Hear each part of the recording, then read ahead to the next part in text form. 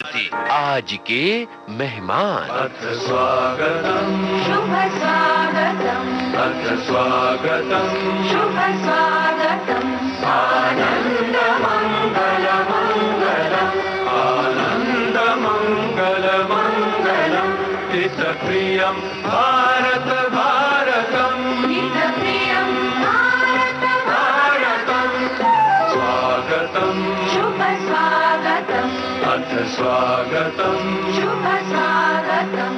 दोस्तों नमस्कार। आज के मेहमान कार्यक्रम में आज के मेहमान हैं कवि, लेखक, चिंतक और संगीत मर्मज्ञ यतीन्द्र मिश्र। यतीन्द्र मिश्र से बातचीत की है यूनुस खान ने, तो आइए सुनते हैं ये बातचीत।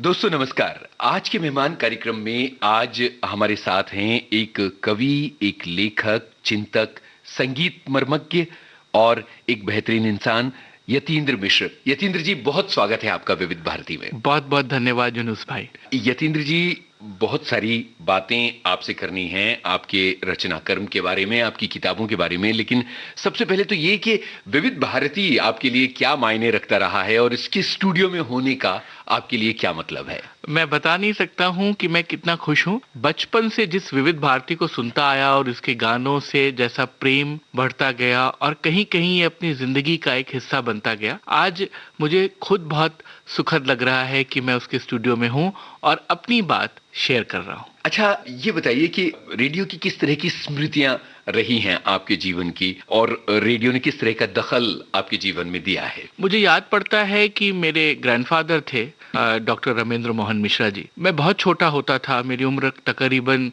6-7 वर्ष की रही होगी। मैं उनके बगल वो अपना एक रेडियो, अपना विविध भारती और तमाम चीजें सुनते रहते थे और उसमें से पुराने फिल्मी गाने, गजलें और सब चीजें निकल के छन के आती रहती थी और वो कानों में पड़ती रहती थी। क्या बात? बाबा की स्मृति रेडियो से जुड़ी हुई है। और बाद में मेरे घर में संगीत का संस्कार रहा। मेरी दादी गाती थी। बहुत सारे फोक म्यूजिक और तमाम चीजें जो रेडियो से निकल कर आई हैं, वो कहीं ना कहीं उसने मेरा एक स्मृति का मानस बनाया है और उसमें कब मैं खुद इसकी दीवानगी में पड़ गया, संगीत के प्रति मेरा आकर्षण हो गया, मुझे लगता है कि उसमें रेडियो का एक बड़ा योगदान है। क्या बात है। यतीन्द्र जी, आपकी बाकी किताबों की हम जरूर चर्चा करेंगे, लेकिन पहले एक किताब की चर्चा जिसका लता सुर गाथा, जो उनके सांगीतिक यात्रा पर मैंने पिछले 8 वर्षों में तैयार की है। लता जी से किस तरह का नाता आपका रहा है और इसकी शुरुआत कहाँ किस तरह से होती है?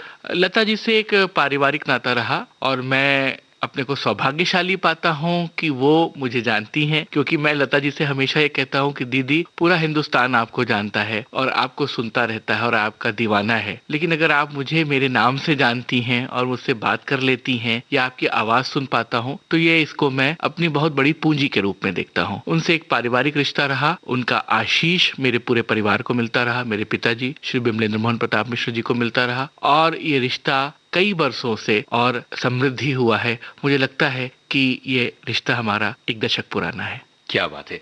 मुझे अब ये बताइए कि जब इस किताब के सिलसिले में या गानों के संगीत के सिलसिले में लता जी से आपने बातें की थी संगीत के बारे में पहली बार, तो वो किस तरह का अनुभव था? लता जी की खनकती हुई आवाज जब टेलीफोन पे सुनाई पड़ती है जी, तो आप एकाएक अचंभित होते हैं और आपके पास कुछ नहीं रहता सिवाय आपका पसीना छूटता है, गला सूखने लगता है और कुछ ऐसा होता है कि आपको लगता है कि किसी एक ऐसे जादू या तिलिस्म में आप जकड़ते जा रहे हैं, इसमें से निकल पाना मुश्किल है और आपको अपने को ये याद दिलाना पड़ता है कि सामने वाला फोन पर मुखातिब है और आपको अपने को संयत करते हुए बात करनी है।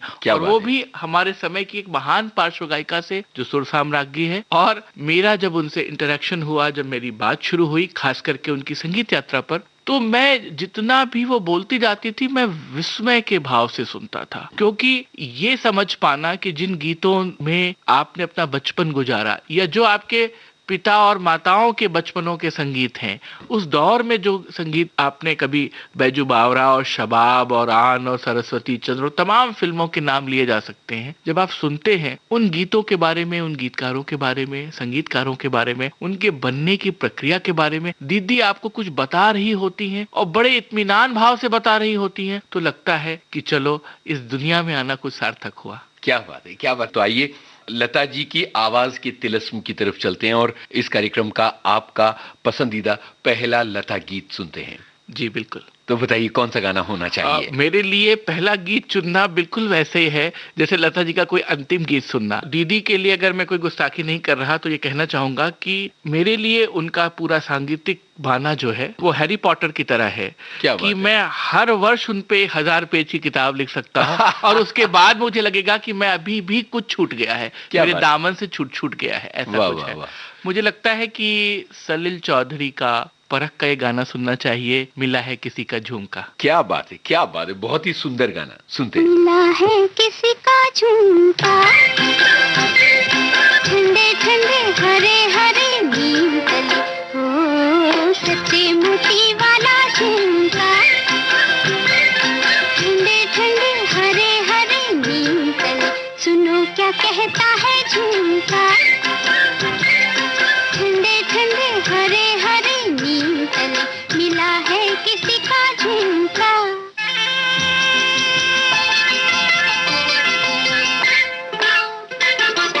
प्यार का हिंडोला यहाँ झूल गए नैना, सपने जो देखे मुझे भूल गए नैना,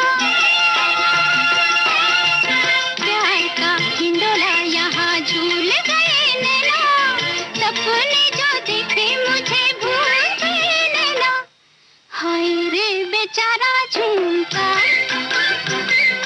ठंडे ठंडे हरे हरे नीम तले, ओ मिला है किसी का झुमका।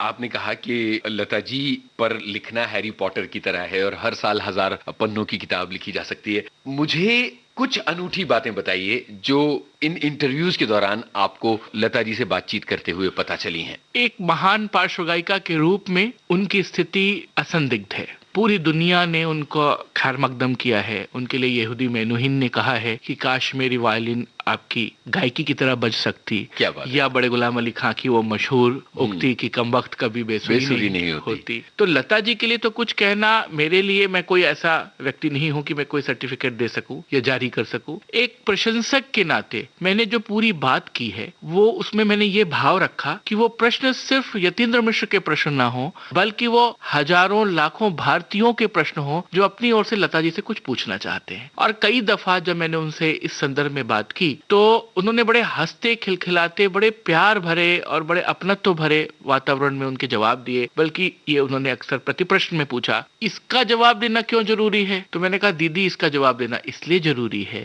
कि तमाम करोड़ों भारतीय जानना चाहते हैं कि लता जी कैसे सोचती हैं, लता जी कैसे विचारती हैं, लता जी के मन में वो कौन से संशय पलते हैं जिन संशयों की मुक्ति की खातिर उनके गीतों में कुछ रहस्य आते हैं। तो इस तरह की बातें मैंने उनसे की। और सबसे सुखद बात यह है कि वो एक बड़ी विचारवान कला विदुषी गायिका के रूप में मेरे सामने नजर आई। इतनी सुंदर, इतने अनुपात में, इतनी संक्षिप्ति के साथ उनकी बातचीत है कि वो मुझे लगता है कि वो उसको सिर्फ सुनते जाना भी अपने में एक बड़ा अनुभव होगा। उदाहरण के तौर पर जैसे मैं बात करूं कि मैं रोशन साहब की बात मैंने की, तो रोशन साहब पे बात करते करते वो फिर उस्ताद अलाउद्दीन खां साहब पे बात करती हैं, बताती हैं कि कैसे उन्होंने उनको वाद्य सिखाया था, कैसे उन्होंने उनसे रबाब सीखा था, कैसे जयपुर घराने का मामला बनता है संगीत में, कैसे ठुमरी का इम्प्रोवाइजेशन इस सॉन्ग में आया तो फला संगीतकार ने ये किया। और उन सब में एक बाल सुलभ जिज्ञासा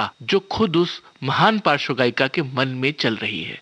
मतलब 50s से लेकर के लेट 80s तक की बात जब मैंने की है, अर्ली 50s की बात की है, तो मैंने ये महसूस किया है कि वो बिल्कुल सब कुछ अपने दामन में, अपने आंचल में समो लेना चाहती हैं। ये राग का ये कण भी मेरे पास होना चाहिए। जैसे कोई बादशाह अपने साम्राज्य विस्तार के लिए तमाम दौलत इकट्ठी करता है कि ये लाल, ये हीरा, ये माणिक, ये नगीना, ये सोने का सिंहासन मेरे पास हो। लता जी ने प्रयास किया है कि ये मुर्की, ये मीड़ का कण, ये गमक, ये खटका कैसे बिल्कुल दुरुस्त होकर के मेरे अपने अधीन नहीं हो जाता। मुझे ये बात उनकी बहुत आनंदित करती है। और मुझे लगता है कि ये शायद मैं एक लेखक हूं तो इस तरह से कह रहा हूं, तमाम वे सारे लोग जो न लेखक हैं, न संगीतकार हैं, न बड़े पत्रकार हैं, न उस तरह से अपनी भाषा कह सकते हैं, लेकिन जब वो भी उन तरह के गीतों में डूबते हैं तो वो लता मंगेशकर के तिलिस्म में जकड़ जाते हैं। क्या बात है। यहाँ जगह बनती है एक और गाना सुनने की, और चूंकि जिक्र रोशन का चला है जी, तो अब रोशन गीत हो जाए।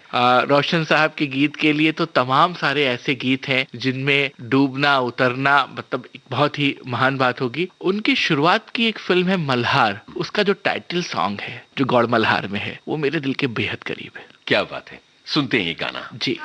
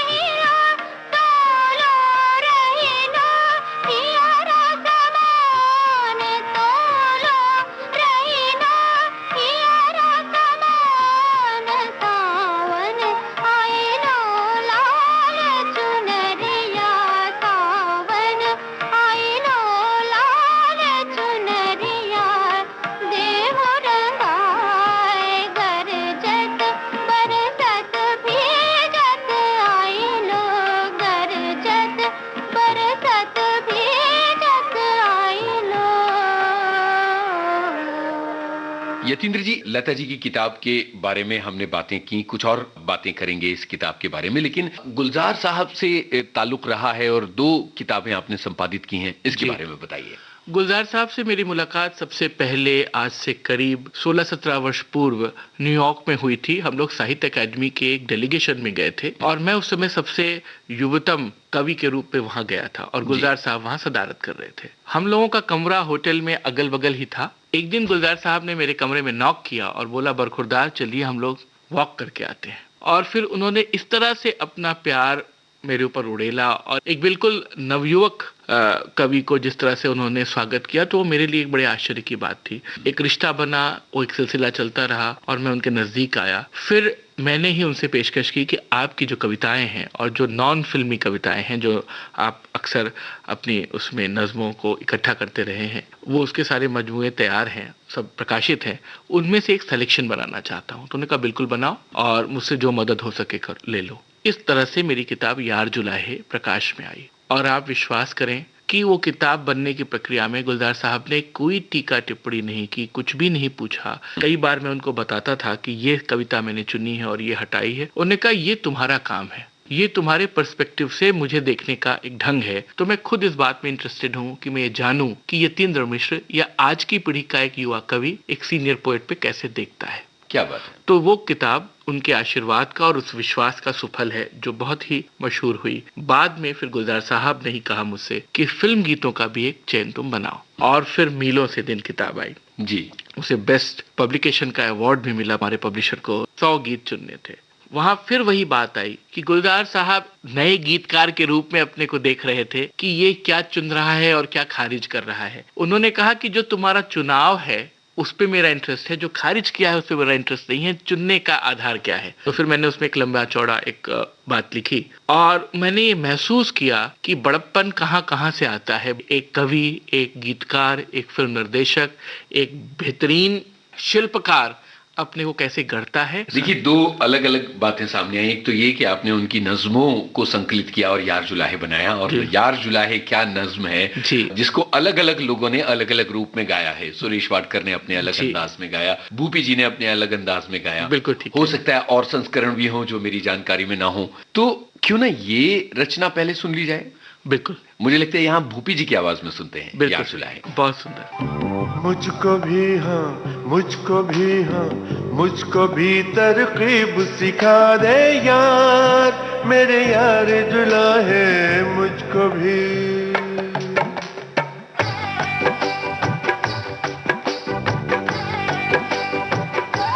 हाँ मुझको भी हाँ, मुझको भी हाँ, मुझको भी तरकीब सिखा दे यार, मेरे यार जुलाहे मुझको भी तरकीब सिखा दे यार।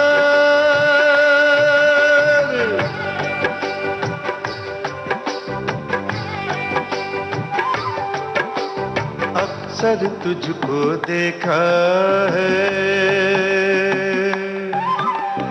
अक्सर तुझको देखा है कि ताना बुनते, जब कोई तागा टूट गया या खत्म हुआ,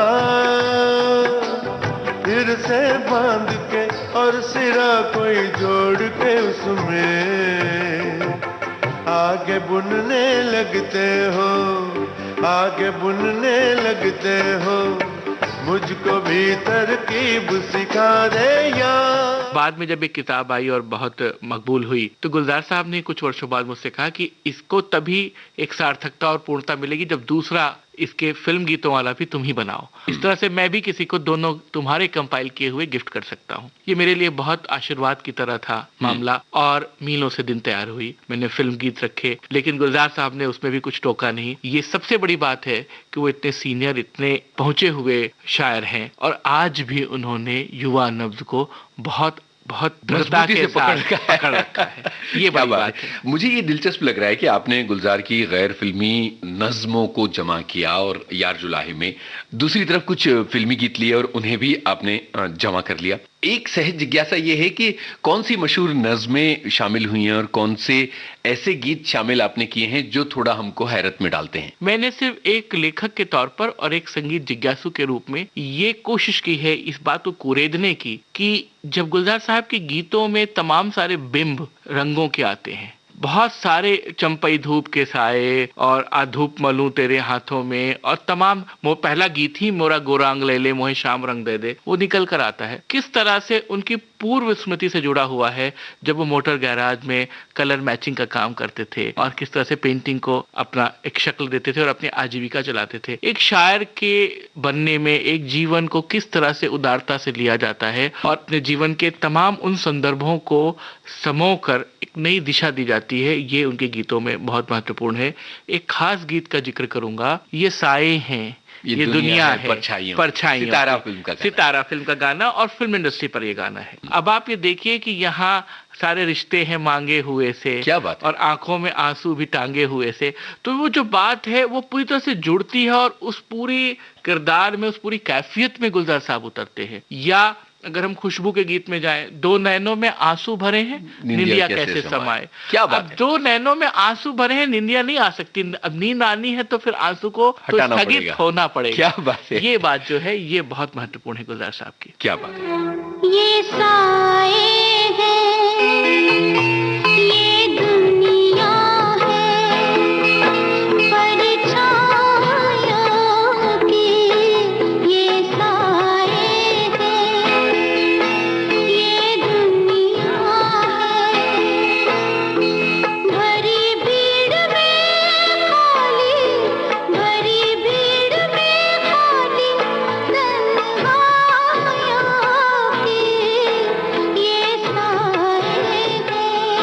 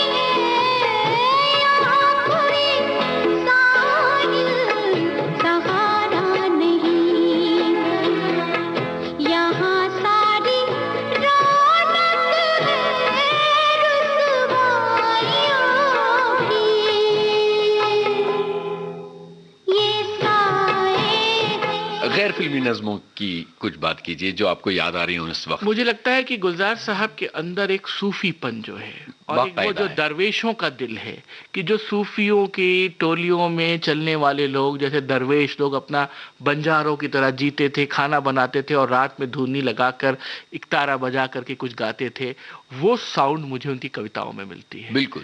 और यही बात एक मुकम्मल शायर के तौर पर स्थापित हो जाने के बाद जिंदगी के छीजते चले जाने वाले जो स्वर हैं उनको टटोलने में है। क्या बात है, क्या बात है। अब ना आपने बड़े नाजुक मोड़ पर लाकर खड़ा कर दिया। यहाँ एक गुलजार गीत सुना जाएगा और वो आप तय करेंगे कि कौन सा गाना सुना जाए। मुझे लगता है कि हम लोगों ने लता जी से बात शुरू की थी, गुलजार साहब की बात आई है, इस मोड़ से जाते हैं अगर सुनते हैं, क्या मुझे लगता है कि इसमें खूबसूरती बहुत पिरोई गई है। सुनते हैं।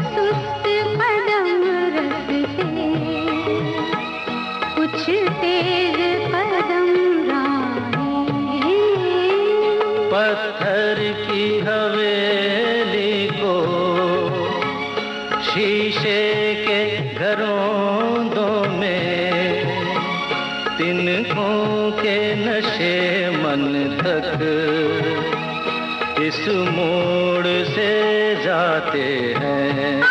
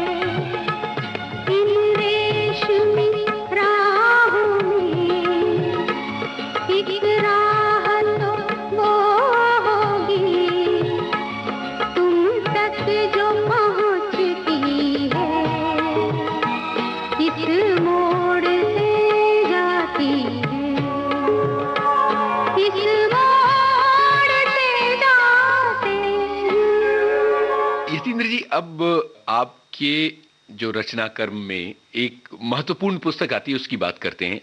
आपके भीतर के कवि की भी हम बात करेंगे, लेकिन सुरों की बारादरी की बात करते हैं क्योंकि वो बिस्मिल्लाह खां की बात है, वो एक पूरी संस्कृति की बात है, एक पूरे वाद्य की यात्रा की भी बात है और शहनाई को शादियों के मंडपों से विश्व पटल पर पहुंचा देने की भी बात है। इस पुस्तक की यात्रा कैसे शुरू होती है? बिस्मिल्लाह खां साहब से हमारा परिवार का पुराना एक ताल्लुक रहा और 1947 में जब मेरी ग्रैंडमदर की शादी हुई राजकुमारी विमला देवी जी की, तो खां साहब उस दौरान हमारे यहाँ शहनाई बजाने आए थे। वो एक रिश्ता हमारा पुराना कायम था और बीच में कई दफ़ा हम लोगों का मिलना जुलना होता रहा। तो जब मैं उनके पास गया, प्रणाम करने गया और उनका संगीत सुनने और एक इंटरव्यू लेने के भाव से गया, तो बहुत उदारता से खान साहब ने गले लगाया और अपना साक्षात्कार दिया।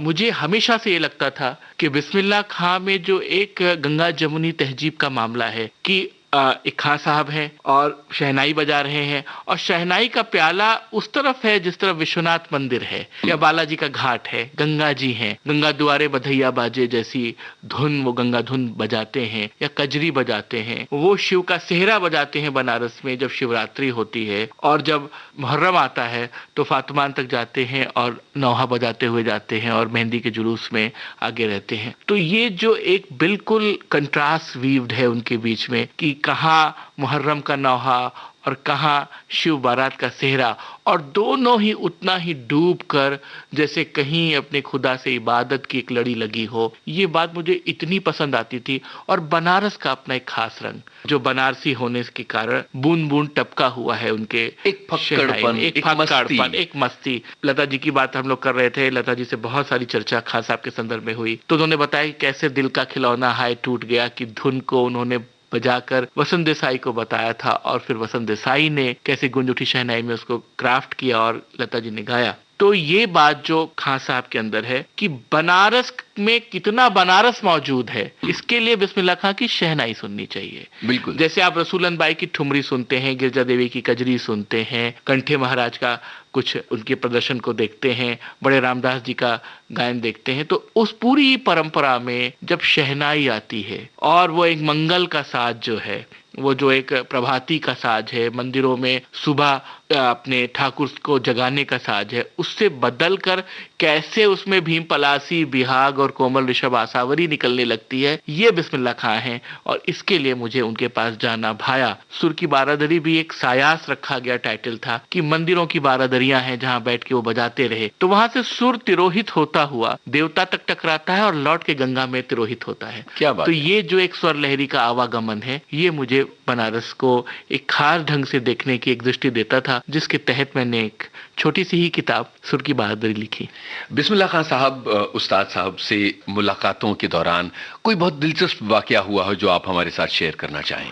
उन्होंने बहुत सारे चुटकुला नुमा संस्मरण सुनाए कि कैसे वो किसी रेडियो स्टेशन पे जाते थे और उनको जिद किया जाता था कि खां साहब बिहाग बजा दीजिए, और अगर उस रिकॉर्डिंग में वो पिछले कई वर्षों में बिहाग ही बजा के गए हैं और उनका मन होता था कि नहीं आज तो मालकौंस बजाएंगे या आज कोई दूसरा राग बजेगा, और उनको जबरन बजाया जाता था तो उनको बड़ा कष्ट होता था। तो वो उल जलूल सा कुछ अपने लिए कोई डिमांड रखते थे कि मैं इमरती खाऊंगा। मान लीजिए कि इमरती नहीं आई, स्टूडियो वाले ने इमरती नहीं दी और उनके लिए कोई बर्फी आ गई, काजू की बर्फी आ गई, समोसे आ गए, तो कहते थे बरखुरदार, जब तुमने मुझसे ये कहा कि इमरती नहीं खान साहब आज बर्फी से काम चला लीजिए, तो अब बिहाग नहीं तुम भीम पलासी से काम चला लो, मैं यही बजाऊंगा। तो इस तरह के तमाम सारे उनके संस्मरण हैं जो बहुत रोचक हैं, बहुत जीवंत हैं। और खान साहब में एक बड़ी उदार दृष्टि मैंने ये देखी कि उन्होंने अपने सारे समवयसी कलाकारों को और अपने सीनियर्स को बहुत इज्जत के साथ देखा और याद किया है। वो बताते हैं कि कैसे रसूलन बाई, बतुलन बाई के कोठे के नीचे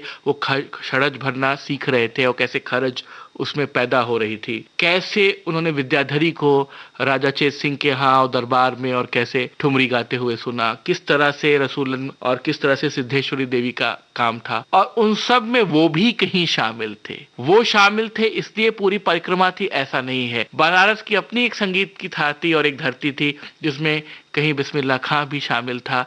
ये जो उदारता है और ये जो बेलौस फक्कड़पन है, मुझे वो बहुत सुंदर लगता है। बिल्कुल बिल्कुल। और वो उनकी जो हंसी है जिसमें यूं लगता है कि वो भी शहनाई से कम नहीं है। जी बिल्कुल ठीक कह रहे हैं। अब मुझे लगता है कि वो गाना सुन लिया जाए जिसका जिक्र अभी अभी आपने थोड़ी देर पहले किया था, दिल का खिलौना। बिस्मिल्लाह खां साहब, लता जी, वसंत देसाई, कुछ एक अद्भुत सा बनता है वो, और वो गाना भी बहुत सुंदर है। जी सुनते हैं, दिल का खिलौना है टूट गया।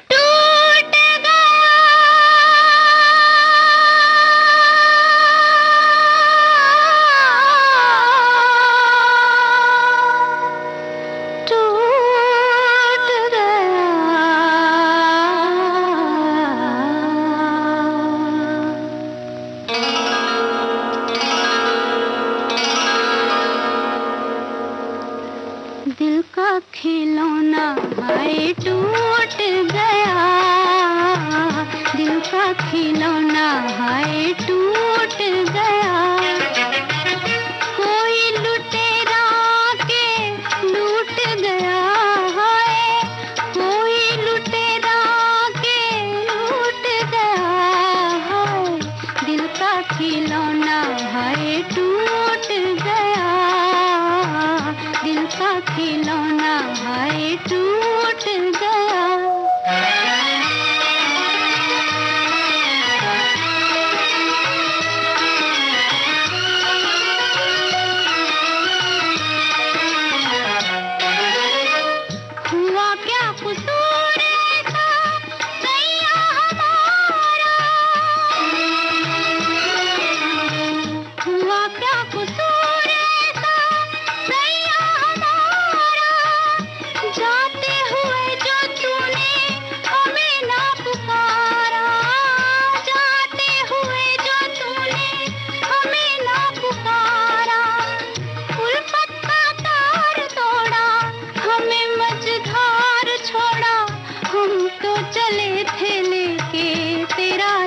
सहारा, साथी हमारा हमसे छूट गया, दिल का खिलौना हाय टूट गया।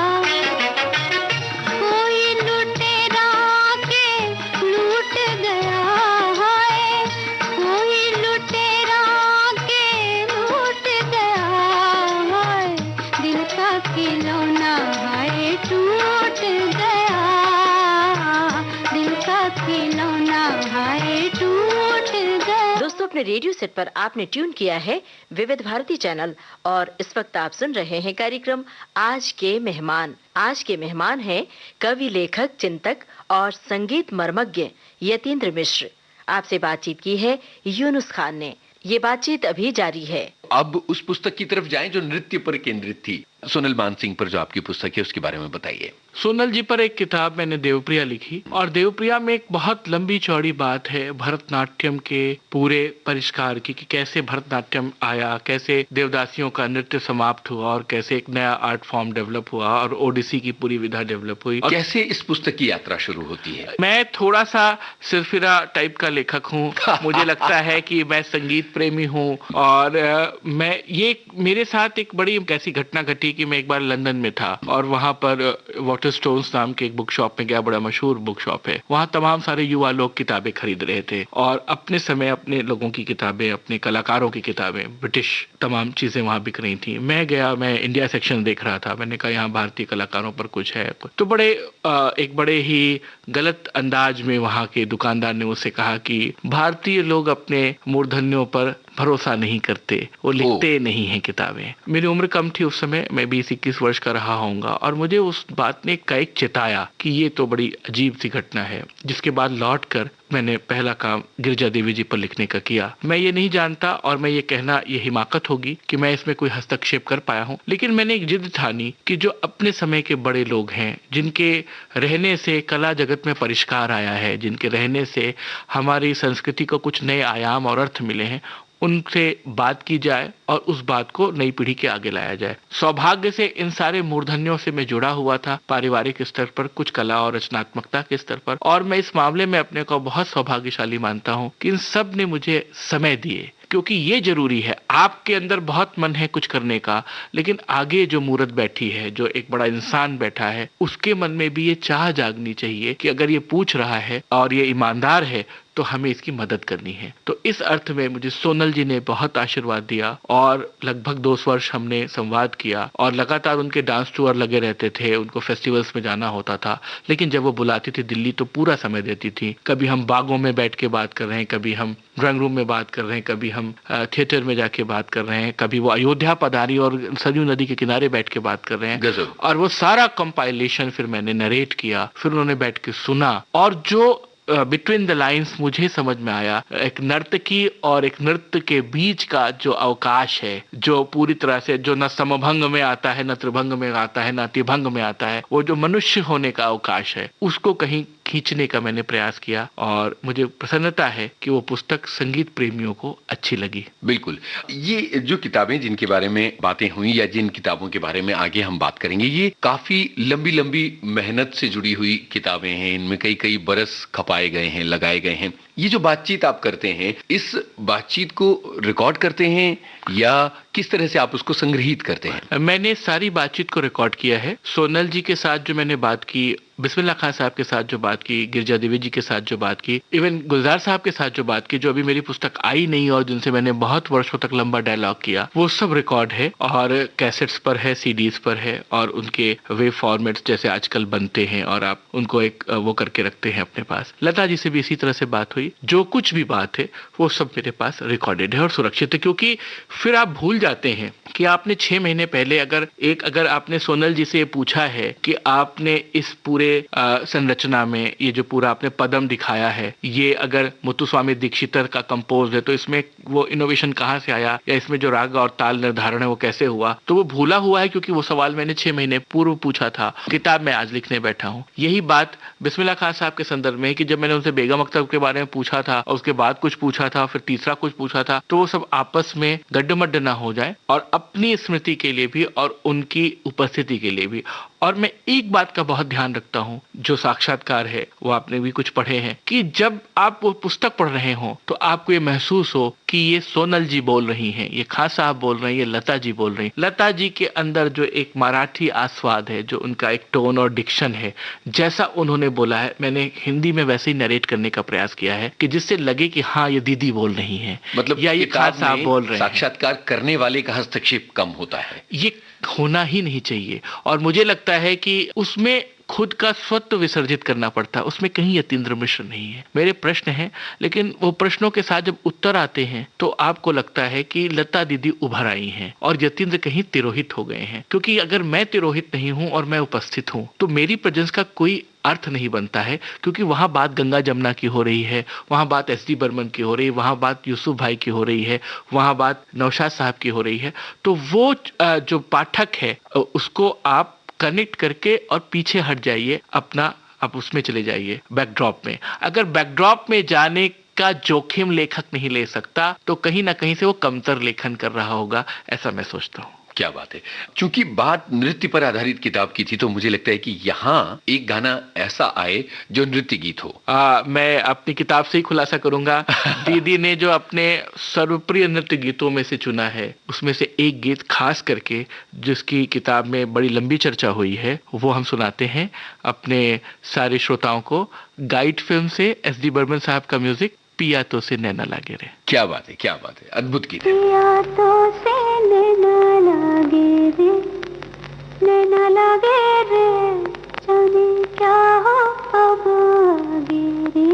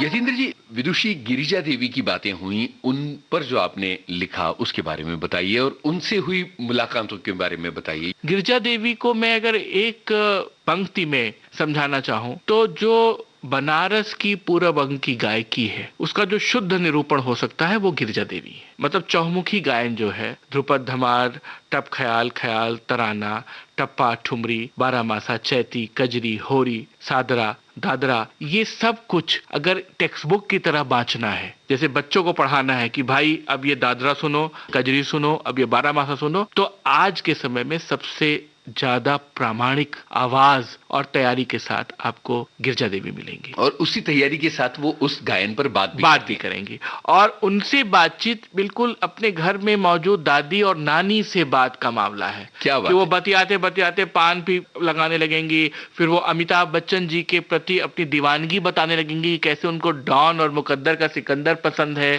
फिर वो ये पूछेंगी कि भैया ये गाना कैसा लगा। और वो जो एक ठेठपन है, बनारसीपन जो है जी, वो उनकी आवाज में बूंद बूंद टपकता है। उनको जब भी कहो ये गा दो, बहुत सुंदर आप जो है अपा जी सब लोग उनको प्यार से कहते हैं, आप बहुत सुंदर राम का सेहरा गाती। मैं उनसे अक्सर ब्याह गीत गाता हूँ, तू बहुत ब्याह गीत सुना तो पिता से कहा जल्दी ब्याह कर। इस तरह की बात गिरजा देवी का कहना, वो एक तोड़ देती हैं दो लोगों के बीच की जो दूरी है, वो तोड़ करके बिल्कुल सामने ले आती हैं। और मैं ये नहीं समझ पाता कि इतनी ऊर्जा कहाँ से उनके अंदर आती है। एक शरारत भी टपकती रहती है आंखों से।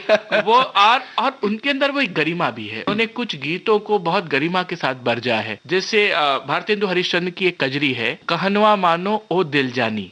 अब वो दिल जानी है जिससे कहना मानने की बात कह रहे हैं भारतेंदु। जब गिरजा देवी गाती हैं तो कहती हैं कि अब दिल जानी तो नहीं चलेगा मेरे ऊपर, तो उन्होंने बना दिया उसको राधा रानी। क्या बात है? मानो हो राधा रानी। अब वो पूरा प्रसंग ही बदल गया और वो कृष्ण मना रहे हैं राधा को, जबकि वहां भारतेंदु मना रहे हैं अपनी प्रेयसी को। ऐसे ढेरों गीतों के उदाहरण भरे पड़े हैं उनके एलपी रिकॉर्ड्स में, उनके ईपी रिकॉर्ड्स में, उनके रेडियो के रिकॉर्डिंग्स में, जिसमें बोल कुछ थे, अप्पा जी ने उसका परिष्कार करके उनको राधा कृष्ण के किस्से में कन्वर्ट कर दिया और फिर खूब हंसती हैं ठठा करके। बिल्कुल बिल्कुल। अच्छा, बनारसी लोग हंसते बहुत हैं और वो बहुत प्यार से, बिस्मिल्लाह खान साहब भी ऐसे ही हंसते थे। तो वो जो एक खूबसूरती है और अंदर का जो आह्लाद है जी, जो अंदर का जोश है वो टपकता है। और मुझे लगता है कि जब हम पूरी परंपरा को देखें, खास करके रसूलन बाई, बड़ी मोती बाई, सिद्धेश्वरी देवी, फिर गिरजा देवी, तो वो पूरा कहीं ना कहीं अंतरधारा की तरह बह के चला आया है। क्या बात है, बहुत बढ़िया बात है। और मुझे लगता है कि ये एक मोड़ है जहां एक गाना सुनते हुए हमें आगे बढ़ना चाहिए, एक शास्त्रीय गीत होना चाहिए।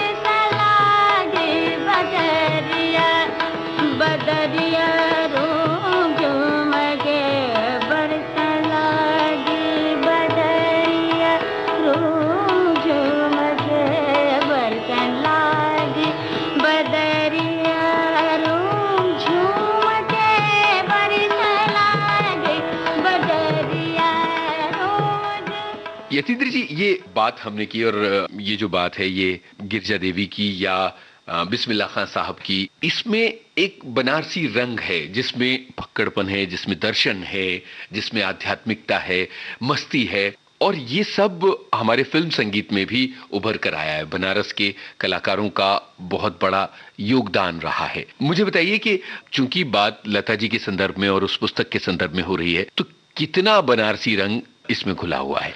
मुझे लगता है कि हर दूसरा गाना जो 50 के और 60 के दशक में डिफरेंट टाइप के संगीतकार म्यूजिशियंस बना रहे थे, सब ने कहीं ना कहीं से वो एलिमेंट डाला है। खास करके नौशाद साहब, जिनका पूरी तैयारी ही वो अवध की तवाइफी और महफिली गजल की रही है, और उन्हें वहाँ के साजिंदों से सीख करके और तमाम सारे बोलों को और दादरों को और कजरियों का धुन इस्तेमाल की। तो मुझे लगता है कि पहले नंबर पे नौशाद साहब हैं। बाद में वो एलिमेंट काफी कुछ रोशन साहब के गीत में भी मिलता है, क्योंकि वो मैरिज कॉलेज से पढ़े थे और वो लखनऊ में रहे थे। और फिर बिल्कुल दूसरे अंदाज में नफासती रंग से अगर बेगम अख्तर की प्रेजेंस को भी जोड़ लें तो मदन मोहन जी, जो एक गजल लेकर के आते हैं और तैयार करते हैं। मैं खास करके गंगा जमुना फिल्म के गीत का जिक्र करूंगा, ढूंढो ढूंढो रे साजना, मोरे कान का बाला। अब ये पूर्वी अंक की एक दादरा है, गंगा रेती पर बंगला छवा मोरे राजा, आवे लहर देवी जी ने गाया, गिरजा देवी ने गाया। अब गंगा रेती को लेकर किस तरह से नौशाद साहब ढूंढो ढूंढो रे साजना बनाते हैं, या आप उस गीत में पहुंचे उड़न खटोला के, मोरे सैया जी उतरेंगे पार हो नदिया धीरे बहो, आन में आए आज मोरे मन में सखी बांसुरी बजाए कोई। अब ये सब गीत जब आप आते हैं और आप इनको सुनते हैं तो ये लगता ही नहीं है कि ये फिल्म का संगीत है, ये लगता है कि ये उत्तर प्रदेश के जो फोक संगीत का एक विस्तार है, एक नया डायमेंशन है। और अगर सिनेमा के अर्थ में कहें तो सिनेमा संगीत का लोक में एक विलीनीकरण है। ये एक बहुत सुंदर बात बनती है, मुझे लगता है कि महत्वपूर्ण है। हाँ, तो आप बता रहे थे कि किस तरह से लोक संगीत जो है वो फिल्म संगीत को एक नया आयाम देता है। मुझे लगता है कि नौशाद साहब का काम है, रोशन साहब का काम है, बाद में मदन मोहन जी का काम है। लखनऊ का जो मामला है, जो एक नवाबी और नफासती महफिलों का मामला है, जिसमें बाद में बहुत बड़ा इन्फ्लुएंस 19वीं सेंचुरी में वाइज अली शाह का पड़ता है, और उसके अलावा जो बनारस से अपना पूरब अंग और सेनिया घराना और पियरी घराना और तमाम सारे घरानों का मामला आता है, उनसे निकल करके जो कजरियां मिली हैं, जो दादरे मिले हैं हमको, जो ठुमरियां मिली हैं, उनका इम्प्रोवाइजेशन और उनकी ट्यून को फिल्म म्यूजिक में फिट करना, ये एक बड़े गजब की बात हुई है। मोरे सैया जी उतरेंगे पार हो नदिया धीरे बहो, आप उड़न खटोला में सुने, या आज मोरे मन में सखी बांसुरी बजाए कोई, और ढूंढो ढूंढो रे साजना। तो इस तरह के गीतों को लेकर के एक बड़ी बात बना दी गई है, और ये देखना महत्वपूर्ण है कि कैसे फिल्म संगीत लोक संगीत को एक बिल्कुल नए आकाश पे ले जाता है। आप हमारे यहाँ आप जानते ही हैं कि बोल बनाओ की ठुमरी और बोल बांट की ठुमरी मशहूर रही है, और अगर कथक करते हैं तो अर्थभाव की ठुमरी है। अर्थभाव की ठुमरी को बोल बनाओ के साथ जोड़कर ठाड़े रहियो बाके यार, क्या बात, जैसा काम गुलाम मोहम्मद साहब ने जैसा कर दिया, अद्भुत है। ना वो बाद में हो सका ना आज हो सकता है, ऐसा मेरा मानना है। और जिस अंदाज में लता जी उसे गाती हैं, वो लगता है जैसे किस घरानेदारी का मामला यहाँ पर उतर आया है। और फिर हमें ये नहीं भूलना चाहिए कि दीदी अमान अली खां भेंडी बाजार वाले और अमानत खां देवास वाले से सीखी हुई हैं। बिल्कुल। तो ये जो सब बातें हैं, मुझे लगता है कि ये बहुत महत्वपूर्ण है फिल्म संगीत के कंटेक्स्ट में। और जब हम बनारस जाते हैं लौट करके, तो हमें तमाम ऐसे दादरे मिलते हैं जो जिसको सुनते हुए फिल्मी धुनें गूंजने लगती हैं। और तब बहुत सारे ऐसे गीत एस.डी. बर्मन साहब ने उत्तर प्रदेश की कजरी का जो इस्तेमाल किया है, अब के बरस भेज भैया को बाबुल, तो वो जो एक ट्यून है उसको कैसे आत्मसात किया जाता है और फिर कैसे उसे समाज को लौटाया जाता है। और मुझे लगता है कि इस मामले में सबसे आगे अगर कोई है तो वो नौशाद साहब है, बाकायदा, क्योंकि उनका ताल्लुक लखनऊ से था और वो एक पूरी तहजीब लेकर के फिल्म संगीत में आते हैं। जी। एक सवाल जो इन सारी बातों को सुनते हुए सहज रूप से उभरता है वो ये है कि आज का फिल्म संगीत अपनी उन तमाम जड़ों से, उन तमाम इन्फ्लुएंसेस से जिनकी बात हम पिछले कुछ मिनटों से कर रहे थे, बहुत दूर जा चुका है। क्या इस पर बहुत अफसोस किया जाना चाहिए?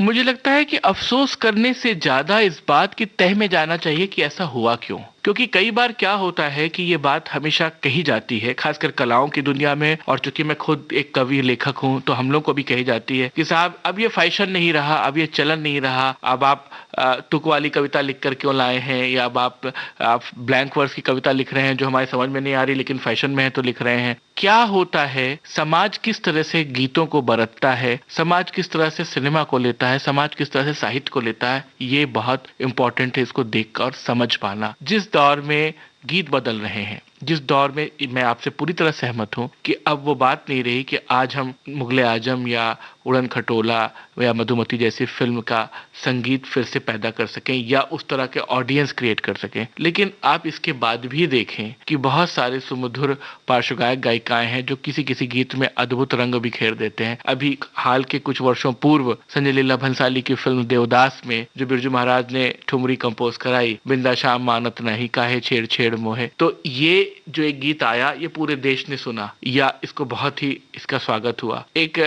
ब्याह का गीत है, रहमान जुबैदा के लिए बनाते हैं, मेहंदी है रचने वाली, और मुझे लगता है कि उस दौर में जितने घरों में लेडी संगीत हुए होंगे, मेहंदी हुई है, तो लड़कियों ने गाया नाचा जरूर होगा इस गीत पर। तो ऐसा नहीं है कि वो आस्वाद कहीं भटक गया है, क्योंकि मैं तो बहुत युवा हूँ और जब दीदी से मैं बात करता हूँ तो वो बड़े हंसती हैं, वो कहती है कि तुम्हें ये गाना भी याद है, अच्छा तुम्हें सन 52 का भी गाना पता है। तो 52 का गाना पता है ये महत्वपूर्ण नहीं है, बात ये है कि सन 70 के बाद जन्म लेने वाला शख्स सन 52 के गानों को लेकर रिझा हुआ है। तो इसका मैं तो ये बिल्कुल अंदाजा लगाता हूँ कि मेरे जैसे तमाम और सारे प्रशंसक होंगे, करोड़ों लोग होंगे जो मुझसे भी ज्यादा संगीत प्रेमी होंगे, जो मुझसे भी ज्यादा गीतों को लेकर के बेतहाशा पागल हो रहे होंगे। लेकिन ट्रेंड जब बदलता है तो कई बार लोग सेफ लेकर चलना पसंद करते हैं कि यही सुरक्षित है, यही एक गाना बना दो और ऐसे इसको हिट करा दो और आगे बढ़ जाओ। जो लोग रिस्क लेते हैं, जिन लोगों को वो कला कला की तरह लगती है और उनको लगता है कि मुझे अपने मतलब की बात कहनी है, वो फिर उसमें बाजी मारते हैं। आज भी आप कह नहीं सकते कि गुलजार साहब और जावेद अख्तर साहब कहीं गीतों में, उस शायरी में कहीं कोई कमजोरी गिलाते हों जो उन्होंने उस दौर में की जब वो सारे गाने बहुत मकबूल हुए। आंधी का इस मोड़ से जाते हैं कि बात से लेकर के आज भी ओ साथी रे लिंडू बेना जैसा गीत लिखते हैं जब गुलजार साहब, तो वही बात समझ में आती है। बिल्कुल बिल्कुल। यहाँ एक गाने की जगह बन रही है और फिर आगे की बातें की जाए। यहाँ पर मुझे लगता है कि इस बार यूनुस भाई को अपने पसंद का गीत लगाना चाहिए। ठीक है, बात क्योंकि नए जमाने के फिल्म संगीत की हुई है तो मुझे लगता है कि देवदास का गाना सुना जाए, पंडित बिरजू जी महाराज का, और फिर आगे बढ़ा जाए। जी बहुत सुंदर।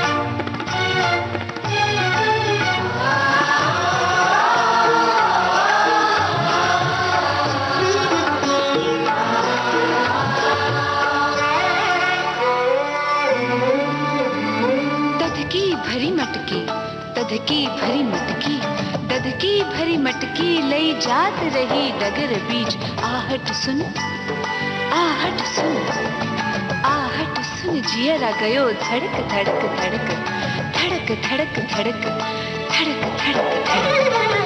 काहे छेड़ छेड़ छेड़ मोहे। अब यतीन्द्र जी, कवि यतीन्द्र मिश्र को लेकर आया जाए, जो लिखते हैं कि तुम्हारा सब कुछ इतना तत्काल है, शायद ही कोई तुम्हें गा सकता हो विलंबित में। तुम्हें विलंबित में ले जाना संगीत को प्रपात की गरिमा से दूर ले जाना है। एक तरफ व्यक्ति संगीत में डूबा हुआ है, नृत्य में डूबा हुआ है, फिल्मी गानों में डूबा हुआ है, शास्त्रीय संगीत में डूबा हुआ है। दूसरी तरफ कविता में इतनी गहरी जड़ें कहां से आई हैं?